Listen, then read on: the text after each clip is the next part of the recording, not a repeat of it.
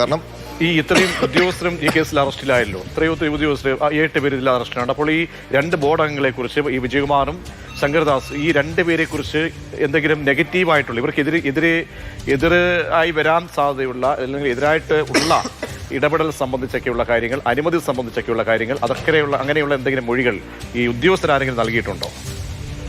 ഇതിനും വിജയകുമാറിനും ശങ്കർദാസിനുമെതിരെ ഏതെങ്കിലും തരത്തിലുള്ള മൊഴികൾ അങ്ങനെ വന്നതായിട്ട് നമുക്ക് വിവരമില്ല. പക്ഷെ ബോർഡ് തീരുമാനിച്ചതിന്റെ അടിസ്ഥാനത്തിലാണ് ഈ തീരുമാനങ്ങളൊക്കെ എടുത്തതെന്നാണ് മുരാരി ബാബുവും ഒപ്പം തന്നെ ഈ ദേവസ്വം കമ്മീഷണറായിട്ടിരുന്ന ജയശ്രീ മൊഴി നൽകിയിട്ടില്ല. ജയശ്രീ ഹർജി മുൻകൂർ ജാമ്യ ഹർജിയിലൊക്കെ പറഞ്ഞിരുന്നത് ബോർഡ് എടുത്ത തീരുമാനമാണ്, അതിൻ്റെ അനുസരിച്ചാണ് താൻ തീരുമാനമെടുത്തത് എന്നുള്ളതാണ്. മറ്റ് ഉദ്യോഗസ്ഥരുടെ എല്ലാം മൊഴി ബോർഡ് എടുത്ത തീരുമാനം എന്നുള്ളതായിരുന്നു. ബോർഡിന്റെ തീരുമാനം അനുസരിച്ചിട്ടാണ് ഞങ്ങളെല്ലാം ഇത് ചെമ്പ് സ്വർണ്ണമാക്കിയതും ഒപ്പം തന്നെ ഇത് കൊടുത്തുവിടാനുള്ള, ഉണ്ണികൃഷ്ണൻ പോറ്റിയുടെ കയ്യിൽ കൊടുത്തുവിടാനും അത് തിരിച്ചു കൊണ്ടുവന്നപ്പോൾ തൂക്കാതിരിക്കാനും ഒക്കെയുള്ള തീരുമാനങ്ങൾ എടുത്തത് ബോർഡിന്റെ തീരുമാനപ്രകാരം എന്നുള്ളതാണ്.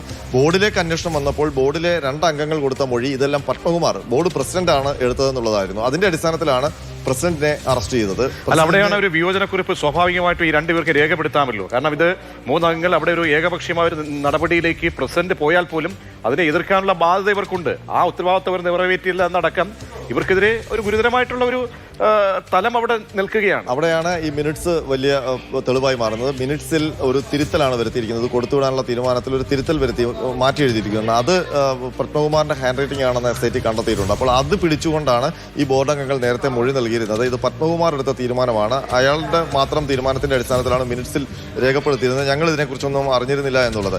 പക്ഷേ 2 ബോർഡ് അംഗങ്ങൾ അങ്ങനെ പറയുമ്പോൾ എത്രത്തോളം വിശ്വാസ്യതയുണ്ട് എന്നുള്ള കാര്യത്തിൽ സംശയമുണ്ട്. മാത്രമല്ല അവർക്ക് നേരിട്ട് ഏതെങ്കിലും തരത്തിൽ ഇതിനകത്ത് ഈ പങ്ക് പറ്റിയത്, അതായത് ലാഭത്തിന്റെ പങ്ക് പറ്റിയിട്ടുണ്ടോ എന്നുള്ളത് സംബന്ധിച്ചും തെളിവുകൾ തേടേണ്ടതുണ്ടായിരുന്നു. അത് സംബന്ധിച്ചുള്ള അന്വേഷണവും SIT നടത്തിയിട്ടുണ്ടാകും. ഒരുപക്ഷെ അതുമായി ബന്ധപ്പെട്ട തെളിവുകളൊക്കെ ലഭിച്ചതിന്റെ അടിസ്ഥാനത്തിലാകും ഇപ്പോൾ വിജയകുമാറിനെ അറസ്റ്റ് ചെയ്തത്. വിജയകുമാർ അറസ്റ്റിലാകുമ്പോൾ സ്വാഭാവികമായും ശങ്കർദാസിനെ കൂടി അറസ്റ്റ് ചെയ്യേണ്ടി വരും. അത് എന്താണ് ഇനി അതിൽ SITയുടെ തീരുമാനം എന്നുള്ളതാണ് അതിനകത്ത് രാഷ്ട്രീയമായ കൗതുകമുള്ളത്. കാരണം ശങ്കർദാസിന് ചില ബന്ധങ്ങളുണ്ട്, ഒപ്പം തന്നെ രാഷ്ട്രീയ ബന്ധങ്ങളുണ്ട്. ശങ്കർദാസിന്റെ അറസ്റ്റ് വൈകുന്നതിൽ നേരത്തെ തന്നെ ആരോപണങ്ങൾ ഉയർന്നതാണ്. അപ്പോൾ അത് എന്തുകൊണ്ടാണ് മാറ്റിവെച്ചത്? അത് അദ്ദേഹത്തിന്റെ ആരോഗ്യ പ്രശ്നം തന്നെ കണക്കിലെടുത്തുകൊണ്ടാണോ അങ്ങനെ? കാരണം ഈ ദേവസ്വം സെക്രട്ടറി, പ്രതിചേർക്കപ്പെട്ട ദേവസ്വം സെക്രട്ടറി ജയശ്രീക്ക് ആരോഗ്യ കാരണങ്ങൾ ഉള്ളതുകൊണ്ട്, ആ പ്രശ്നം ഉന്നയിച്ചതുകൊണ്ട് ഇപ്പോൾ സുപ്രീം കോടതി അറസ്റ്റ് തടഞ്ഞിട്ടുണ്ട്. അപ്പോൾ അങ്ങനെ എന്തെങ്കിലും, മാത്രമല്ല അദ്ദേഹത്തിന്റെ മുൻകൂർ ജാമ്യാപേക്ഷ കോടതിയുടെ പരിഗണനയിലായതുകൊണ്ടാണോ ഇക്കാര്യത്തിലൊക്കെ ഇനിയിപ്പോൾ കൂടുതൽ വ്യക്തത വരുത്തേണ്ടതുണ്ട്. അവിടെ ബോർഡ് അംഗങ്ങൾ എന്ന നിലയിൽ വളരെ പ്രധാനപ്പെട്ട ഉത്തരവാദിത്തമാണ്. അപ്പോൾ ഈ രേഖകളൊക്കെ തന്നെ, എഴുത്തുകുത്തുകളൊക്കെ തന്നെ അവരുടെ കൈകളിലൂടെയൊക്കെ എന്തായാലും പോകേണ്ടതിന്റെ ഒരു അനിവാര്യത ഉണ്ടല്ലോ. അപ്പോൾ ഇപ്പോഴെങ്കിലും ഇക്കാര്യത്തിൽ ഒരു വിയോജിപ്പ്, ഈ മിനിറ്റ്സ് തിരുത്തിയത് എന്ന ഒരു പിടിവള്ളി മാത്രം പിടിച്ചതുകൊണ്ട് കാര്യമില്ലല്ലോ. എവിടെയെങ്കിലും ഏതെങ്കിലും തരത്തിൽ അത് പോറ്റിയുടെ പരവുമായി ബന്ധപ്പെട്ട് അല്ലെങ്കിൽ ഈ സ്വർണം കൊടുത്തുവിടുന്നതുമായി ബന്ധപ്പെട്ട് അവിടെ ചട്ടവിരുദ്ധമായി പ്രവർത്തിക്കുന്ന സമയത്തൊക്കെ ഉത്തരവാദിത്തമുള്ള ഈ 2 പേരും എന്ത് നിലപാട് എടുത്തു എന്നത് വളരെ പ്രധാനപ്പെട്ട ചോദ്യമാണ് അവിടെ. തീർച്ചയായും, കാരണം ബോർഡ് ആണ് തീരുമാനം എടുത്തത് എന്നുള്ളത് വ്യക്തമാണ്. അപ്പോൾ ഇതിനകത്ത് ഇവർക്ക് എങ്ങനെ പറഞ്ഞൊഴിയാൻ കഴിയും, അതിന്റെ എന്ത് സാങ്കത്യമാണ് അതിനുള്ളത് എന്നുള്ളത് നേരത്തെ തന്നെ സംശയമായിരുന്നു. അത് തന്നെയാണ് ഹൈക്കോടതിയെയും സംശയത്തിലാക്കിയത്. ഹൈക്കോടതിയുടെ ബെഞ്ച് ഈ മറ്റൊരു പ്രതിയുടെ ജാമ്യാപേക്ഷ പരിഗണിക്കുമ്പോൾ അതിരൂക്ഷമായിട്ടാണ് ചോദിച്ചത്, എന്തുകൊണ്ടാണ് ബോർഡ് പ്രസിഡന്റിനെ അറസ്റ്റ് ചെയ്തിട്ട് ആ ബോർഡ് അംഗങ്ങളെ അറസ്റ്റ് ചെയ്യാതിരിക്കുന്നത് എന്നുള്ളത്. അപ്പോൾ അതിൽ എന്തെങ്കിലും തരത്തിൽ ഒരു പിൻവലിവ് SITക്ക് ഉണ്ടായിട്ടുണ്ടോ? കാരണം ഈ പത്മകുമാറിനെ അറസ്റ്റ് ചെയ്ത് കഴിഞ്ഞപ്പോഴേക്കും തദ്ദേശ തെരഞ്ഞെടുപ്പിന്റെ സമയത്തേക്ക് കടന്നു. ആ സമയത്ത് നമുക്കറിയാം കാര്യമായ ഒരു ഡെവലപ്മെന്റ്സും SITയുടെ ഭാഗത്ത് നിന്ന് ഉണ്ടായില്ല. ഏതായാലും ഈ വിജയകുമാറിനെ അറസ്റ്റ് ചെയ്തതോടുകൂടി ഇനി ഉയരുന്ന ചോദ്യം ശങ്കർദാസിനെ അറസ്റ്റ് ചെയ്യുമോ എന്നുള്ളതാണ്. ശങ്കർദാസ് പ്രബലനായ ദേവസ്വം പ്രസിഡന്റ്, അവിടെയാണ് രാഷ്ട്രീയ ഇടപെടൽ സംശയിക്കേണ്ടിയിരിക്കുന്നത്. കാരണം തിടുക്കപ്പെട്ടുള്ള അറസ്റ്റിലേക്ക് ഇപ്പോൾ പോകുന്നു.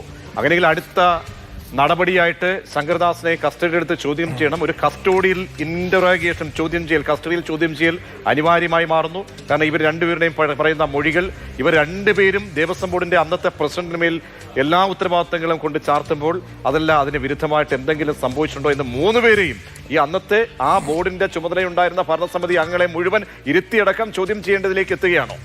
തീർച്ചയായിട്ടും ഇനിയിപ്പോൾ വിജയകുമാറിനെ അറസ്റ്റ് ചെയ്ത് കസ്റ്റഡിയിൽ വാങ്ങുമ്പോൾ സ്വാഭാവികമായിട്ടും പത്മകുമാറിനെ കൂടിയും പോറ്റിയെ കൂടിയും ഒക്കെ കസ്റ്റഡിയിൽ വാങ്ങാനുള്ള സാധ്യതയുണ്ട്. നാളെ ഇപ്പോൾ പങ്കജ് ഭണ്ഡാരിയെയും ഒപ്പം തന്നെ ഗോവർദ്ധനെയും കസ്റ്റഡിയിൽ വാങ്ങുന്നുണ്ട്. അവരുടെ ചോദ്യം ചെയ്യലിന്റെ സമയത്ത് അതിനകത്ത് ക്ലാരിറ്റി ഉണ്ടായില്ലെങ്കിൽ ഒരുപക്ഷെ പോറ്റിയും കൂടി കസ്റ്റഡിയിൽ വാങ്ങി 3 പേരെയും ഇരുത്തി ചോദ്യം ചെയ്യാനുള്ള സാധ്യതയുണ്ട്. ഏതായാലും ഈ അന്വേഷണത്തിന്റെ ഏറ്റവും നിർണായകമായ ഘട്ടത്തിലേക്ക് പോവുകയാണ്. ദേവസ്വം ബോർഡിൽ ഇപ്പോൾ ഈ എഫ്ഐആറിൽ രജിസ്റ്റർ ചെയ്തിരുന്ന ഒരുവിധം ദേവസ്വം ബോർഡിലുള്ള പ്രതികളൊക്കെ ഇനി 1-2 പേരൊഴിച്ച് ബാക്കി ബാക്കി എല്ലാവരും അറസ്റ്റിലായി കഴിഞ്ഞു. ഇനി ശങ്കരദാസ് അടക്കം 2-3 പ്രതികൾ മാത്രമാണ് അറസ്റ്റിലാകാനുള്ളത്. ഏതായാലും പ്രധാനപ്പെട്ട അറസ്റ്റ് തന്നെയാണ് ഈ സ്വർണ്ണക്കൊള്ളയുമായി ബന്ധപ്പെട്ട്. പക്ഷേ അവിടെ ഇപ്പോൾ ഹൈക്കോടതിയുടെ വിമർശനത്തിന് പിന്നാലെ ഈ അറസ്റ്റ് നടന്നു എന്നുള്ളത് ഒരു ഡ്രോബാക്ക് ആണ്. മാത്രമല്ല അതിനകത്ത് ഒരു ബോർഡ് അംഗത്തിനെ അറസ്റ്റ് ചെയ്യാതെ ഒഴിവാക്കിയത് എന്താണെന്നുള്ള ചോദ്യവും സ്വാഭാവികമായി ഉയരും.